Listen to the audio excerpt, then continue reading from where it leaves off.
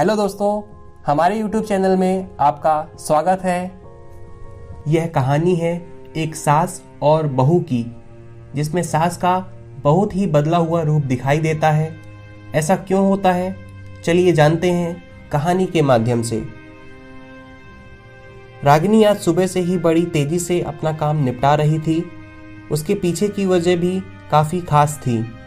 उसको पूरे 3 साल बाद अपने मायके जाने का मौका जो मिला था।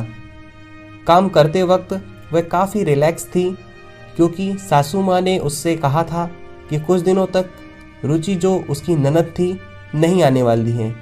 उसकी यह एक ननद 100 के बराबर थी। रागिनी शादी करके जब घर आई थी तब रुचि को अपनी बहन की तरह प्यार करती थी, क्योंकि उसे खुद की कोई बहन नहीं थी। लेकिन कुछ ही हफ्तों में उसे यह पता चल गया था कि उसकी ननद किसी जेलर से कम नहीं है।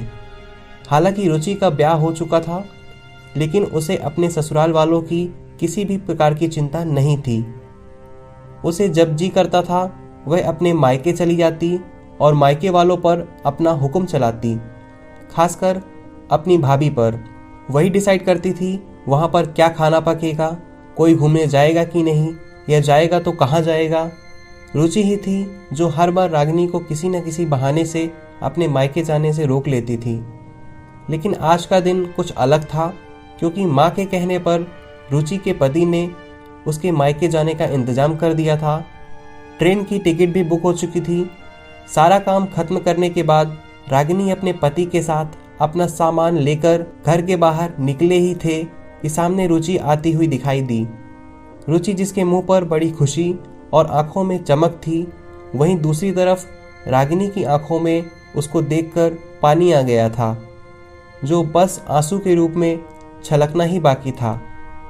भैया भाभी के पास आकर रुचि ने कहा, क्यों भैया, कहाँ चले अपनी पत्नी के साथ सैर सपाटा करने के लिए?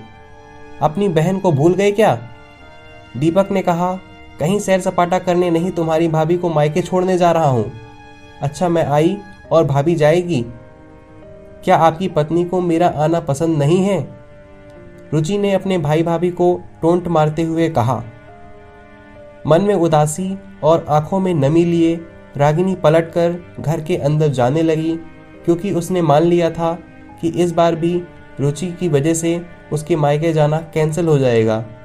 लेकिन तभी सामने से उसकी सास आई और बोली, तुम दोनों अभी तक रेलवे स्टेशन नहीं गए? क्या गाड़ी के पीछे दौड़ते हुए जाओगे? रुचि बीच में टपकते हुए बोली, यह क्या कह रही हो माँ? मैं आई हूँ और आप भाभी को मायके भेज रही हो? क्या अब आपको मैं इतनी खटकने लगी हूँ? माँ ने रुचि को डांटते हुए कहा, तेरा क्या है बेटा, तेरे लिए तो ये मायका थोड़ी है। यह तो तेरे लिए एक प्रवास स्थल है, जहाँ तू जब जी चाहे, जब अपने ससुराल में बोरियत महसूस करे आ जाती है। लेकिन यह बेचारी तो ऐसा नहीं करती, बल्कि वह तो जब जाना चाहिए तब भी अपने मायके नहीं जाती। इसलिए उसका अभी मायके जाना बहुत ज़रूरी है। मैं तेरे या मेरे या किसी और की वजह से उसका इस बार मायके जाना बिल्कुल रद्द नहीं होने दूंगी। पहले यह बता, तू तो कुछ दिनों के लिए नहीं आने वाली थी, फिर कैसे आ गई? मैंने तो ऐसे ही कह दिया था। मैं देखना चाहती थी कि मेरे ना आने से भैया खुश होता है कि मुझे बुलाता है, रुचि ने कहा।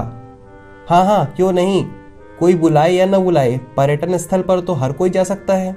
अब की बार मेरी बहू को उसके पर्यटन स्थल पर यानी कि उसके मायके जाने दे।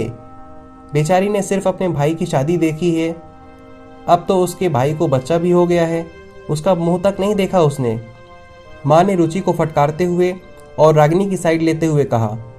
अपनी सास के मुंह से अपने लिए ऐसे शब्द सुनकर रागिनी की आंखें छलक गईं। उसने अपनी सास को गले से लगा लिया। सास ने कहा, बहुत हो गया प्यार, जल्दी जाओ वरना ट्रेन छूट जाएगी।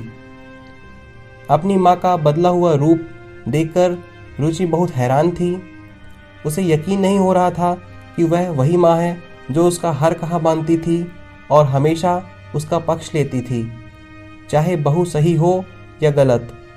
वही माँ अपने मन में अपनी उस दोस्त को धन्यवाद दे रही थी जो कुछ दिनों पहले उसके घर आई थी और कुछ दिन रही थी और जाते जाते उसकी आंखें खोल गई थी। सहेली ने उन्हें बताया कि वह अपनी बेटी का मोह छोड़ दे, वरना अपने बहू और बेटे के मन में अपनी इज्जत खो देगी। बिना सोचे समझे, बिना अच्छे बुरे का विचार किए हर फैसला सिर्फ अपनी बेटी के हिसाब से लेना ही सही नहीं है। रेलवे स्टेशन पर ट्रेन के डिब्बे में बैठी रागिनी के चेहरे पर एक बहुत ही प्यारी सी मुस्कान थी, जिसे देखकर दीपक को महसूस हुआ कि यह वह प्यारी मुस्कान है जिसे उसने 3 सालों से देखी नहीं थी। सच ही तो है, मायका महिलाओं के लिए पर्यटन स्थल ही तो होता है, जहां वह अपने ससुराल की सारी चिंताएं, टेंशन भूलकर कुछ दिन आराम से रह सकती हैं।